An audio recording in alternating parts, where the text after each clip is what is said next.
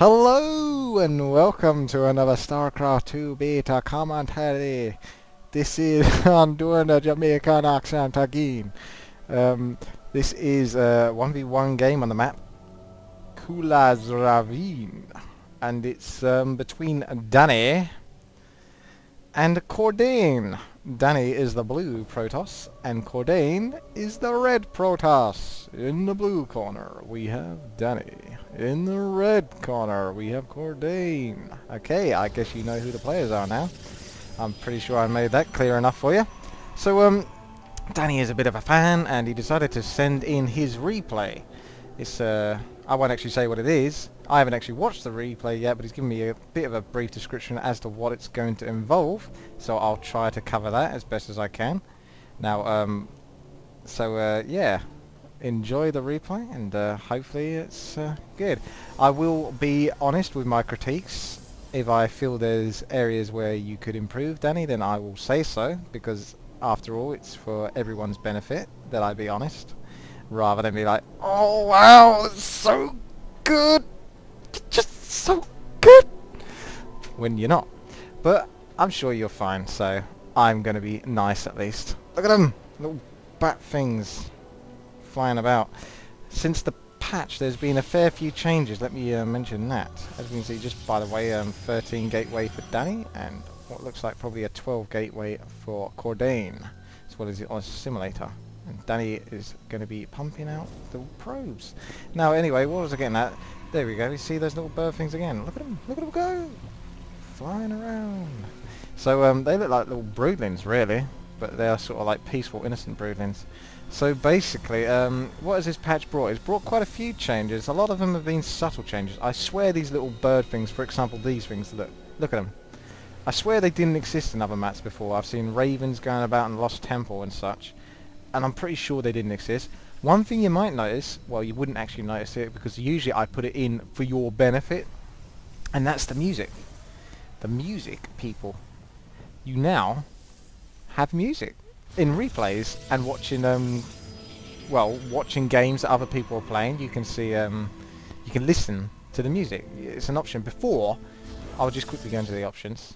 See, as soon as I go into options the music stops, because the music, in case you're interested, is based on the bar, like the actual game itself. So if I skipped forward into the game, the music would change, just like you would if you was on listening to one of your tracks on Winamp or Windows Media Player or whatever. If you skipped forward in the track, you know, it'll go to a different part of the track. Excuse me. So yeah, here we can see usually these are my settings. So yeah, it's nice to know that you can have the music in there. So listen, I'm going to pause it. Music stops. Continues. Stops. Continues. Stops. Continues. Stop. Continues. Stop. Okay, I'm going to stop that now. I'll let it carry on, but basically what I'm getting at is if I decided to go all the way back to the start of this game, it wouldn't carry on playing the same music that you're hearing now, carry on from this point. It would start it from the very start of the track. So it's kind of interesting that way, but what can we see Cordane doing? Zealots, cybernetics core and forge. He's getting everything. Why not, eh? Usually I would get myself a forge anyway as a Protoss, because basically Protoss are very good for upgrading their weapons, because Protoss tend to get a mixture of units like zealots, sentries, stalkers, etc. So if you're going to play Protoss, at least get the ground weapons level 1 upgrade, because you're pretty much going to be playing with ground units as Protoss quite a lot of the way through the game. So it's always worth it in my opinion. So we can see Twilight Council going down. And another gateway. While stalkers are being pumped out, there's no zealots, so it looks like Danny is going to be focusing on stalkers, skipping the zealots whatsoever. One zealot's going to be making his way down, another zealot scouted up there. Obviously, you would use a probe to do that, but, you know, I'm going to be fair in this game, because Danny is a relatively new player, as far as I understand. He's got the beta recently, so, yeah, he's probably not playing quite with the big boys yet. But, you know, got to start somewhere. Oh, no, don't lose your stalker, Danny! What were you thinking? Look at it! It's in a piled mess now and it's gone. Gone forever. And you're never going to get it back now, Danny. I'm telling you that for sure. Oh well. There it is. So, What we're going to be seeing, are we going to be seeing Blink get researched since we're seeing mass stalkers come out? Perhaps. But we are definitely seeing Warpgate being researched, so that's always a useful one. Hopefully I will see Danny put in a pylon around here. On this map, by the way, just in case you don't already know, it's very hard to show because of the fog of war. I mean, it might be a black screen for you. You're seeing basically what I'm seeing, but it's very dark.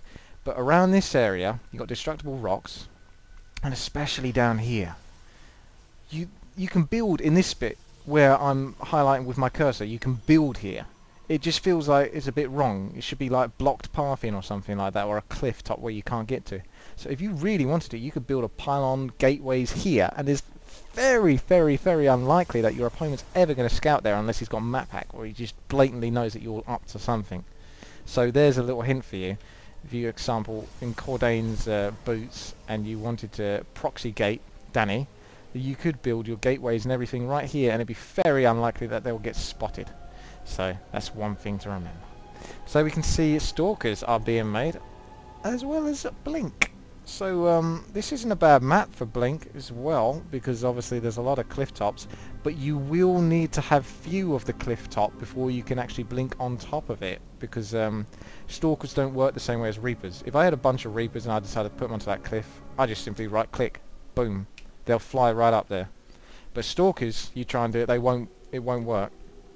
You have to have like an observer or a flying unit or some sort of visibility of the cliff, maybe going part way up a ramp, but you can't because the destructible rocks are here. But either way, the only way you can get up onto cliffs with stalkers and Blink is to have some sort of visibility of the higher ground place that you're trying to get to. So now he's going to start warping in the old stalkers. He's got himself a fair amount. That looks like 9 stalkers. Having a little test around with the stalkers. It's not going to be good if Danny decides to attack right now. It's not going to be good for Cordane is really what I mean, because it looks like he's going to be going for an expansion. That's a nice spot to get an expansion, because it's a long way for Danny to go. I mean, he could always scout it, and even if he did scout it, that's a long way to send an army, because most Protoss are going to be focusing on a ground army, so ground is slow compared to air, obviously. So even if he does go there, destroy the Nexus, it still costs Danny, in a sense, the time of getting up there and back. But it doesn't look like Danny's going to be too worried about that. Here we can see Cordane moving out with what looks like 6 Stalkers, 1 Zealot and 2 Immortals. Immortals would be very nice here. What's this? That's Danny's pylon, so Danny might well be able to see that. Let's see. No, he couldn't see that happening, but anyway, it doesn't matter because it looks like Danny has now done his strike.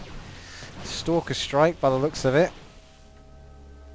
And that is really unfortunate timing for Cordane, obviously, because he's got a slow-ass ground army. So his choice now is to simply go and attack as well. So looks like it's going to be they're both going to be exchanging bases. By the way, if I haven't done it already, do a little shout out for my boy Andrew, who's Danny's brother, by the way. My boy Andrew. It's a shout out for you. So yeah, it looks like Cordane is not doing too well from this, and neither is Danny. So this is basically a good exchange going on right here. So Cordane definitely made the right choice. Look at that, the Nexus has gone down way before Danny can get this Nexus down, simply because of the Immortals and obviously the hard focus fire. 50 damage per attack with the Immortals on buildings. It looks like Cordane could well be winning this, to be quite frank, because he's got the expansion up the top. He's always got the probes here that can move over there, which he should move them at some point relatively soon. And he's flying through these buildings right now. Danny's probably in a bit of a panic because he's thinking, why hasn't he left yet? Maybe because he has an expansion up here. We'll see where this goes.